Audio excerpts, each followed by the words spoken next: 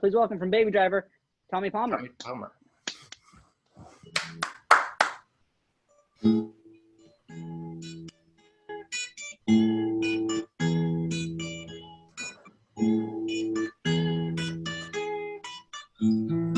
In my room, all alone, it's all the time. In my blue colored room, history is mine. Inventions take time. All alone, all of us, we're all the old one. We're all the old one.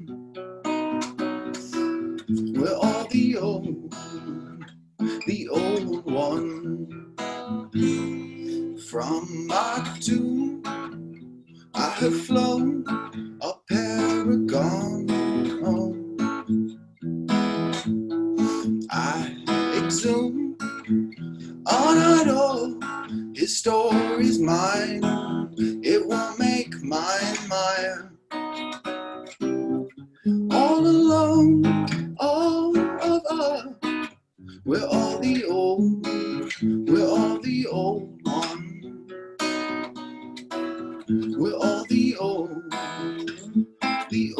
one. But you're feeling blue, you're feeling blue. Feeling blue, you're feeling blue. You don't know why, you don't know why you feel.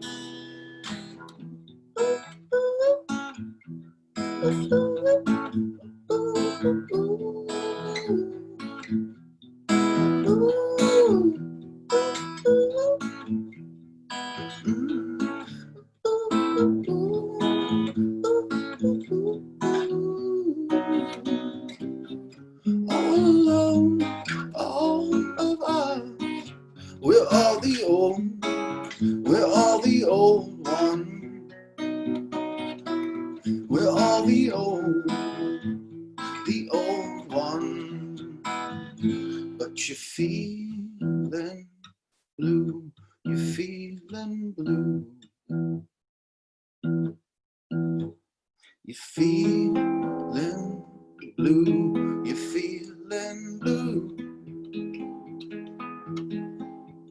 You don't know why, you don't know why you feel blue. Blue.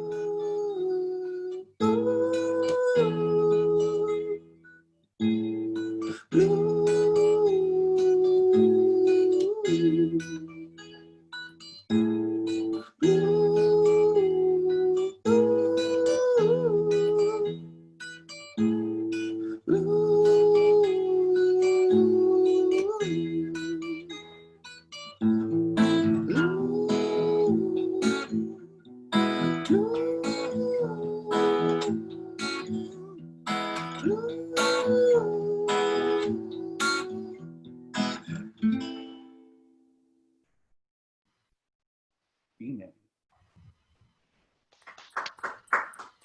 That was great, Tommy.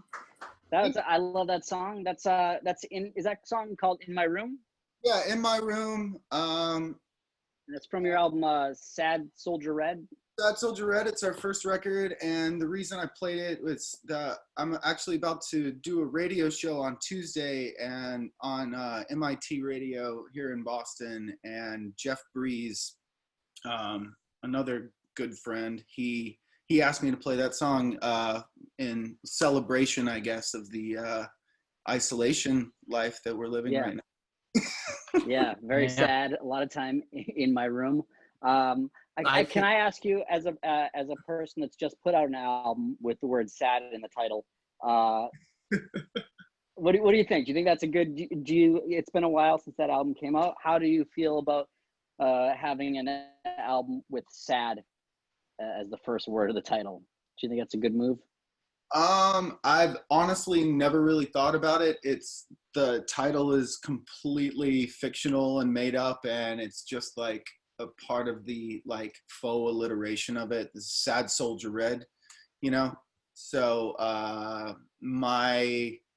guess my feeling and my response would have to be neutral. Neutral. Yeah, yeah. I think Yeah, my it's album also has alliteration and begins with a form of the word sad. Oh, that's right. Sadly, Sackerton. That's right. Yeah. I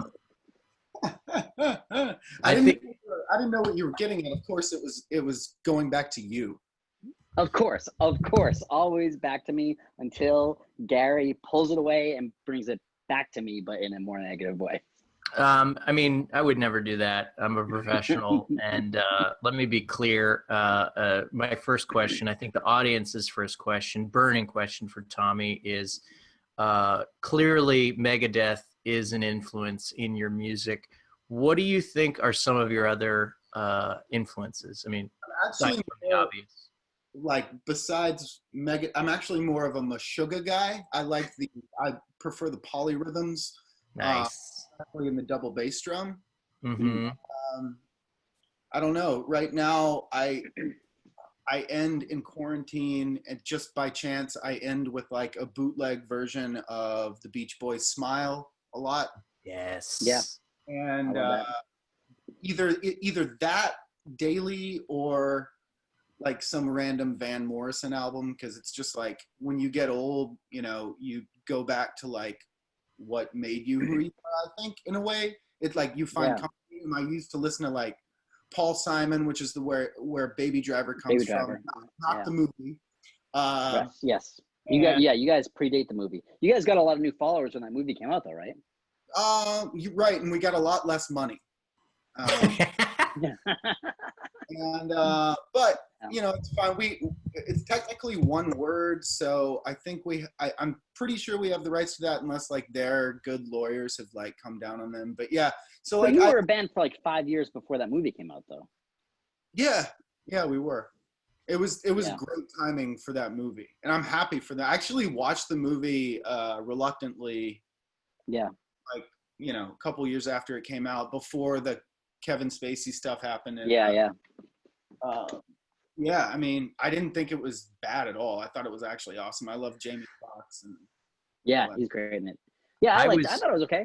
I was nervous about having you on the show because I did not like that movie. And I wanted to like that movie. I was really into Edgar Wright. And then when you just now explained that you have no connection with the movie at Babydriver __ on Instagram, Tommy, it soothed me.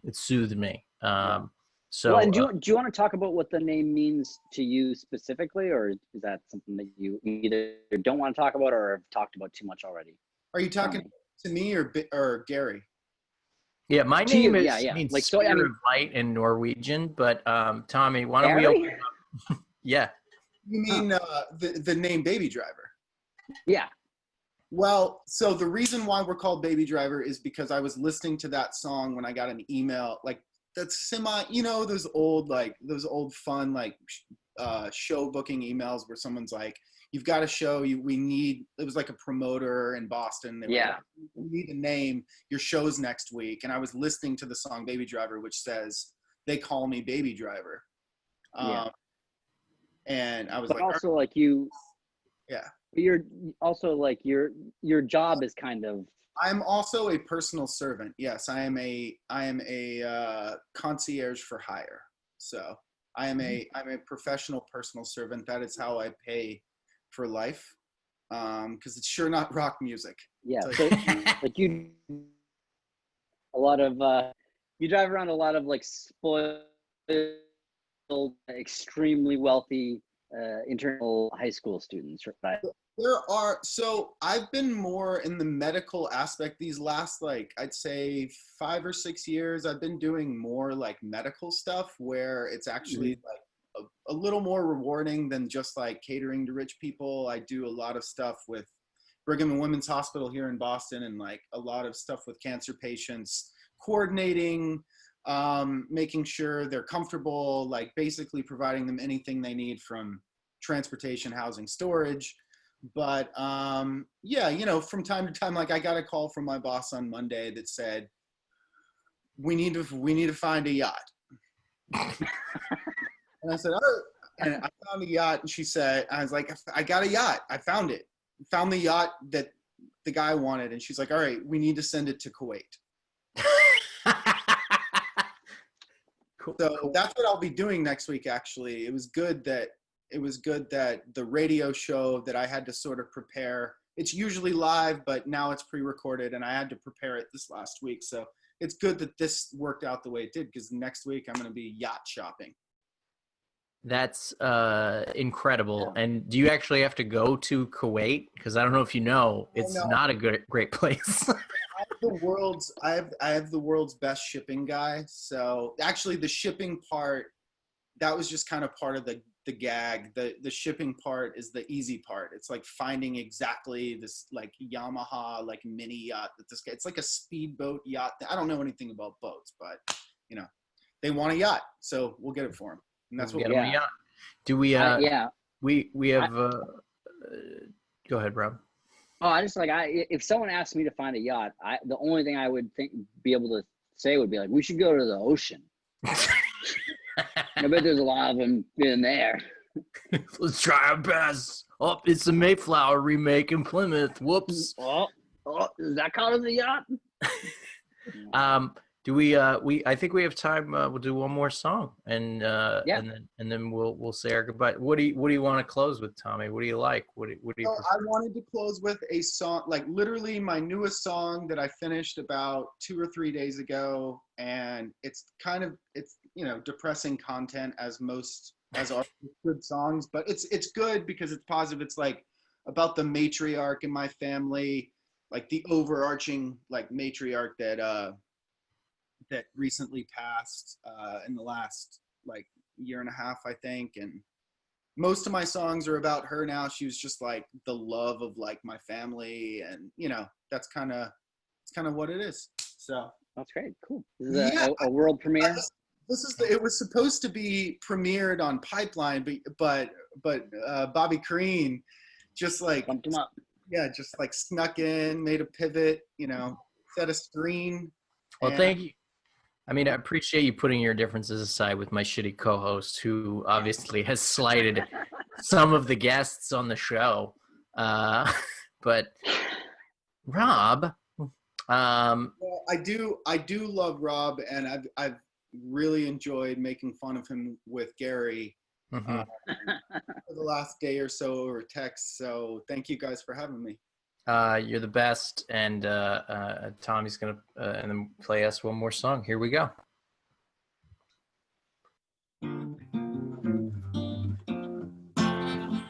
You move with grace and let us into your head.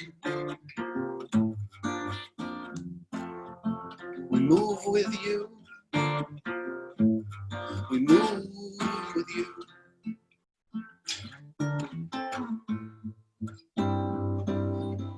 You move no more, but let us into your land. We stay with you. We stay with you.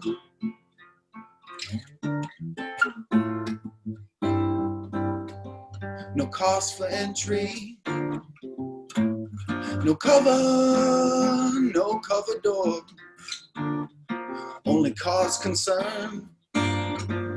Don't come back to Lottie's home empty-handed. You know she likes her Coke and rum. You can get it, you can wallow some. You can think about your running. Cut out your heart. The diet knows the trade of love not lost and willful wait. See through the eyes the makers made. Cast no stones on beggars' trade.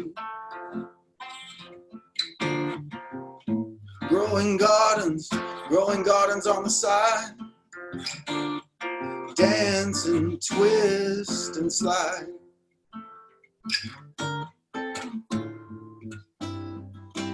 There's no cost for entry. No covered door. Only cause concern is don't come back to Lottie's home empty-handed. You know she likes that old Patron. You can get it, you can wallow some. You can think about your running. Uncle Jerry chops the wood. And Ben's got the big mouth. What is on the prowl? For some good math. General orders, get back in the kitchen. Serve warm and right. Fire starts at dusk, these boys dim and bright. Only cause concern. Only cause concern. Don't come back to Lottie's home empty-handed. You know she likes her Coke and rum. You can get it, you can wallow some. You can think about your running. Don't come back to Lottie home empty-handed. You know she likes that old Patron. You can get it, you can wallow some. You could think about your running. You think about your running. You can make up for your running.